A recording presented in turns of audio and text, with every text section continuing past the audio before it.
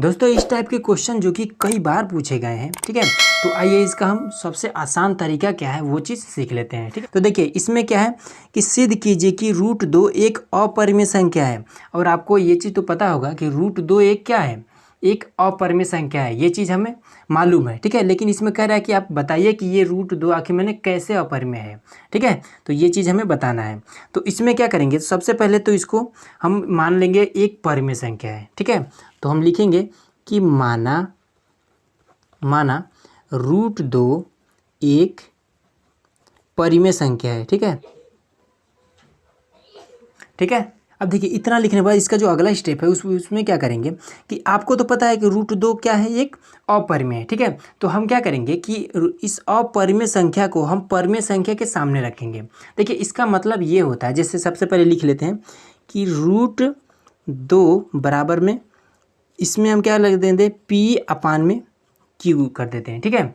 P/Q एक हमने परिमेय संख्या मान रखा है, ठीक है। अब देखिए परिमेय और अपरिमेय ये चीज़ क्या होगा, ये चीज़ आपको पता होना चाहिए, ठीक है। तो देखिए परिमेय संख्या हमेशा P/Q के रूप में होता है। जैसे कि 1/2 है ये परिमेय है, 3/2 है ये आपका एक परिमेय है, ठीक है। देखिए ये P मान लीजिए, ये Q मान लीजिए, ये हमेशा परिमेय संख्या है, ठीक है। वही अगर √3 है, फिर √7 है, ठीक है, तो ये सभी क्या है, ये एक अपरिमेय संख्या होते हैं, ठीक है। तो इस तरह से हमने एक अपरिमेय संख्या को हमने परिमेय संख्या के सामने रख दिया, ठीक है। अब इसके बाद से देखिए परिमेय संख्या का एक कंडीशन होता है, उसको भी हम लिख देंगे। तो यहाँ पर हम एक कंडीशन लिख देंगे, जैसे हम लिख रहे हैं सेम वैसे ही लिख देना है, ठीक है। तो लिख देना है कि जहाँ P तथा Q एक सहअभाज्य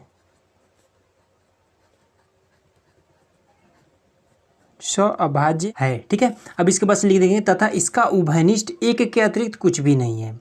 अब देखिए यहाँ पर हमने लिख दिया कि जहाँ P तथा Q एक सहअभाज्य है तथा इसका उभयनिष्ठ एक के अतिरिक्त कुछ भी नहीं है, ठीक है। अब देखिए इसका मतलब क्या होता है वो हम समझ लेते हैं। देखिए सहअभाज्य का मतलब ये होता है कि वह संख्या जिसे हम एक के अतिरिक्त किसी भी संख्या से विभाजित नहीं कर सकते हैं, ठीक है। जैसे कि मान लीजिए यहाँ पर अगर आ जाए कि 29/23 आ जाए, ठीक है, तो इसको हम एक के अतिरिक्त किसी भी संख्या से विभाजित कर सकते हैं, बिल्कुल भी नहीं कर सकते हैं, ठीक है। तो ये इस टाइप का ये जो भी अंक होंगे, ठीक है, जो भी ये परिमेय होगा ये आपका क्या हो जाएगा, सहअभाज्य हो जाएगा, ठीक है। ये चीज़ आपको कंफर्म हो गया। अब इसके बाद से यहाँ पर ये तथा इसका उभयनिष्ठ एक के अतिरिक्त कुछ भी नहीं है। उभयनिष्ठ मतलब क्या, उभयनिष्ठ मतलब कि जो इसके साथ में गुणा कर रहा है, ठीक है। तो यहाँ P और Q के साथ में कौन गुणा कर रहा है, तो कोई भी नहीं। तो जहाँ कोई गुणा नहीं करता है वहाँ पर एक गुणा करता है, ठीक है। तो यहाँ से क्या हो जाएगा कि इसका जो उभयनिष्ठ है वो एक के अतिरिक्त कुछ भी नहीं है, मतलब कि एक है दोनों जगह पे, ठीक है। तो ये चीज़ आपका कंफर्म हो गया। और फिर लास्ट में लिख देंगे Q ≠ 0, मतलब कि ये वाला कभी भी 0 नहीं हो सकता, ठीक है। अगर ये 0 हो जाएगा तो ये कभी भी परिमेय संख्या नहीं होगा। अब चलिए क्वेश्चन को हल करते हैं। तो इसमें क्या करेंगे, दोनों पक्षों में हम क्या कर देंगे, वर्ग कर देंगे, ठीक है। तो लिख देंगे हम सबसे पहले, ठीक है। तो अब इसमें क्या करेंगे, कर देंगे हम √2 का स्क्वायर बराबर में P/Q का स्क्वायर। तो ये क्या हो जाएगा, अब देखिए इस घात की वजह से ये वाला रूट खत्म हो जाएगा, ठीक है। तो बचेगा 2 बराबर में P का स्क्वायर बटे में Q का स्क्वायर, ठीक है। अब इसके नीचे 1 लगाएंगे और तिरछा गुणा कर देंगे। तो ये इसके साथ, तो ये हो जाएगा कितना, 2Q का स्क्वायर बराबर में, ये इसके साथ करेगा तो ये हो जाएगा P का स्क्वायर, ठीक है। इतना हो जाएगा। अब इसमें क्या करेंगे कि इस वाले को अगर हम इस 2 को हम इधर भेजें तो ये क्या हो जाएगा, P को विभाजित करने लगेगा। P को विभाजित का मतलब क्या होगा, भाग करने लगेगा। यहाँ पर ये 2 गुणा कर रहा है, इधर जाएगा तो ये क्या करेगा, भाग करने लगेगा। तो लिख देंगे कि Q² बराबर में P/2, ठीक है। P²/2 मतलब कि ये P को 2 विभाजित कर रहा है। तो हम लिख देंगे यहाँ पर कि अतः P, या फिर लिख दीजिए 2 P² को विभाजित करता है, ठीक है। फिर लिख देंगे तब 2 P को भी विभाजित करेगा, ठीक है। देखिए ये आपका कंडीशन नंबर 1 हो गया। अब इसका क्या मतलब है यहाँ पर समझिए, यहाँ पर मान लीजिए ये 2 है, ठीक है।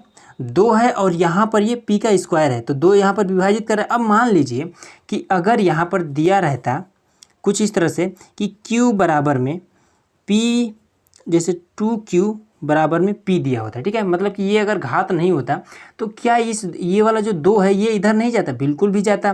क्यों? क्योंकि यहाँ पर 2 जब गुणा कर रहा है इधर जाएगा तो भाग ही करेगा, हमेशा घात रहे या फिर ना रहे, ठीक है। तो वही हमने कंडीशन लिख दिया है कि 2p को p स्क्वायर को विभाजित करता है, ठीक है, तब 2p को भी विभाजित करें, मतलब यहाँ पर जब घात नहीं रहेगा तब भी ये विभाजित करेगा। ये आपका कंडीशन 1 हो गया, ठीक है। अब इसको मान लेते हैं समीकरण 1। अब इसमें देखिए कंडीशन दूसरा में क्या करना है कि p बराबर हमें कुछ मान लेना है, कोई अचर पद, ठीक है। तो हमने माना कि p बराबर यहाँ पर 2 है तो यहाँ पर लिख देना है 2, ठीक है। अब इसके बाद से कोई अचर पद मान लीजिए a मान लीजिए, ठीक है, a मानिए या फिर b मानिए, c मानिए, कुछ भी मान लीजिए, इस तरह से मान लेना है, ठीक है। अब यहाँ पर ये p के स्थान पर मान रख देना है। तो यहाँ पर क्या है 2 है तो ये हमने 2 रख दिया। अब इसके बाद से q का स्क्वायर बराबर में, अब इसके स्थान पर ये वाला रखेंगे 2a का स्क्वायर, ठीक है। अब इसको आगे हल कर देंगे तो ये क्या हो जाएगा, ये हो जाएगा 2q का स्क्वायर बराबर में ये 2 दूना 4a का स्क्वायर हो जाएगा, ठीक है। अब क्या करेंगे, इसको हम इधर भी ले आएंगे तो ये q का स्क्वायर बराबर में 4a का स्क्वायर बट्टे में ये आ जाएगा 2। अब इसे ये काट देंगे तो ये हो जाएगा q स्क्वायर बराबर में यहाँ पर 2 बचेगा ना, तो 2a का स्क्वायर हो जाएगा, ठीक है। अब हम क्या करेंगे कि इसको हम इधर भेजेंगे, ठीक है। ये जब इधर आएगा तो ये क्या करेगा, 2 स्क्वायर को विभाजित कर लेगा, तो q स्क्वायर बटे में 2 बराबर में a का स्क्वायर, ठीक है, इस तरह से हो जाएगा। अब हम इसमें क्या करेंगे, लिख देंगे फिर से यही वाला कंडीशन कि 2 जो है इस समय क्या कर रहा था, p को विभाजित कर रहा था, अब इस बार ये q को विभाजित करेगा। तो लिख देंगे कि अतः सेम वही वाला प्रोसेस यहाँ पे लिख देना है कि 2q स्क्वायर को विभाजित करता है, ठीक है। फिर लिख देंगे तब 2q को भी विभाजित करेगा, ठीक है। बस इसी तरह से आपको लिख देना है। अब देखिए यहाँ से हमारा मेन चीज़ शुरू होता है, ठीक है। अब जब हमें रीजन देना होता है कि ये अपरिमेय कैसे है, तो यहाँ से हमारा मेन टॉपिक शुरू होता है। तो इसमें देखेंगे कि यहाँ पर हमने अभी बताया था कि ये जो विभाजित हो रहा है ये क्या है, p तथा q क्या है, एक सहभाज्य, मतलब कि ये एक के अलावा किसी से भी नहीं कटेगा, ठीक है। तो यहाँ पर हमने देखा कि एक के अलावा ये 2 से विभाजित हो जा रहा है, ठीक है। तो ये वाला पहला हमारा गलती हो गया, ठीक है। ये वाला 2 से विभाजित हो रहा है, विभाजित किससे होना चाहिए, 1 से विभाजित होना चाहिए, यहाँ पर विभाजित हो रहा है 2 से, ठीक है। तो ये पहला गलती हो गया। अब दूसरा गलती हमारा क्या है कि इसका उभयनिष्ठ, मतलब कि जो इसका गुणा कर रहा है इसके साथ में, तो वो 1 होना चाहिए। और यहाँ पर हम देख रहे हैं कि इसके साथ में गुणा कौन कर रहा है, तो यहाँ पर अगर देखा जाए यहाँ पर q के साथ में कौन गुणा कर रहा है, तो 2 गुणा कर रहा है, ठीक है। यहाँ पर p के साथ में, p बराबर हमने क्या माना 2a, तो a के साथ में कौन गुणा करे, तो यहाँ भी 2 गुणा करे, ठीक है। तो इस तरह से हमारा 2 गलती इस तरह से मिल गया, ठीक है। तो इस तरह से हम लिख देंगे, क्या लिख देंगे कि अतः यहाँ पर क्या है, हमने क्या माना है, p और q माना है ना, तो लिख देंगे p तथा q में उभयनिष्ठ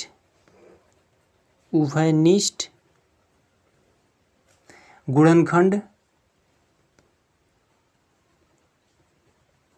उभयनिष्ठ गुणनखंड क्या है, इसके साथ में कौन गुणा कर रहा है, तो यहाँ पर ये 2 गुणा कर रहा है, ठीक है। यहाँ पर देख सकते हैं उभयनिष्ठ गुणनखंड 2 है, ठीक है। आना कितना चाहिए, 1 आना चाहिए, लेकिन यहाँ पर क्या आ रहा है, 2 आ रहा है, इसका गुणनखंड 2 आ रहा है, ठीक है। तो लिख देंगे कि परंतु यह तथ्य विरोधाभास उत्पन्न करता है, यह तथ्य। अब उसके बाद से लिख देंगे कि यह विरोधाभास हमारे गलत कल्पना के कारण हुआ है, ठीक है। तो इस तरह से हम लिख देंगे कि यह विरोधाभास हमारे गलत कल्पना के कारण हुआ है, ठीक है। गलत कल्पना का मतलब क्या कि यहाँ पर हमने एक अपरिमेय संख्या को हमने परिमेय संख्या माना था, ठीक है। तो यही हमारा गलत कल्पना था, ठीक है। तो बस इस तरह से हमें लिख देना है, आपको पूरा नंबर मिल जाएगा। तो आज का वीडियो आप लोग कैसा लगा हमें कमेंट बॉक्स में जरूर बताइए। चैनल पर नए हैं तो सब्सक्राइब जरूर करिएगा।